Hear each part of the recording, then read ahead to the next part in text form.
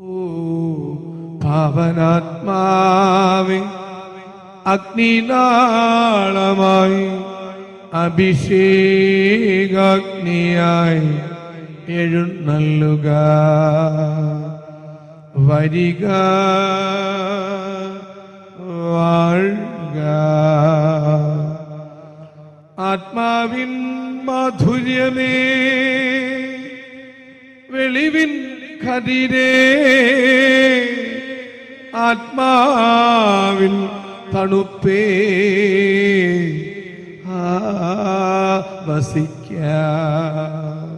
ഈശോയിൽ അനുഗ്രഹീതരായ മക്കളെ, സങ്കീർത്തനങ്ങൾ 84:11. പരമാർത്ഥതയോടെ വ്യാപരിക്കുന്നവർക്ക് അവിടുന്ന് ഒരു നന്മയും നിഷേധിക്കുകയില്ല. മനുഷ്യ മനസ്സിലെ നന്മ എന്താണ്?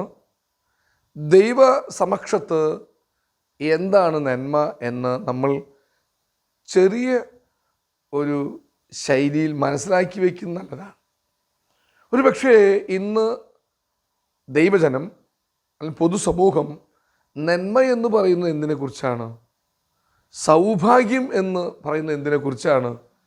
വലിയ ക്ലേശങ്ങളില്ല, ദുഃഖങ്ങളില്ല, സമ്പത്ത്, ആഭരണങ്ങൾ, വസ്ത്രങ്ങൾ, ധാരാളം ഭൂമി, ആകർഷകമായ വാഹനങ്ങൾ, ഇതൊക്കെ ലഭ്യമാകുന്ന ചില പ്രഭവ സ്ഥാനങ്ങളെ, ഉത്ഭവ സ്ഥിതികളെ നന്മയെന്ന് വിളിക്കും.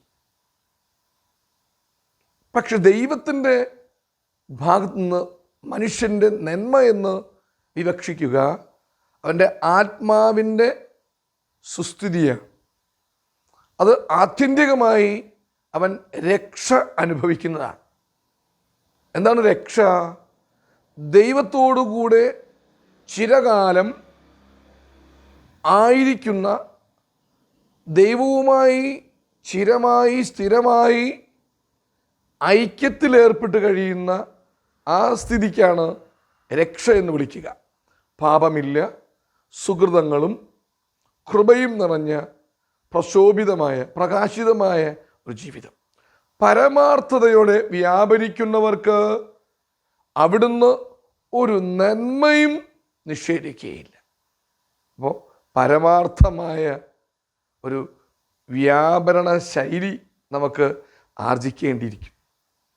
കള്ളവും അതിന് ഒത്ത കളികളും ഇല്ലാത്ത ആത്മാർത്ഥതയുള്ള, എന്നെ തന്നെ വ്യയം ചെയ്ത് അവരൻ്റെ നന്മകൾക്ക് വേണ്ടി എൻ്റെ സമയം, സമ്പത്ത്, ആരോഗ്യം മറ്റുള്ളവർക്ക് വേണ്ടി ഒന്നും പ്രതീക്ഷിക്കാതെ വ്യയം ചെയ്യുന്ന ഒരു പരമാർത്ഥത, അത് എൻ്റെ തന്നെ ആത്മരക്ഷയ്ക്ക് ഉതകും.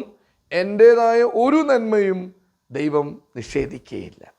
ഹല്ലേലൂയ, ആവേ മരിയ, ആമേൻ.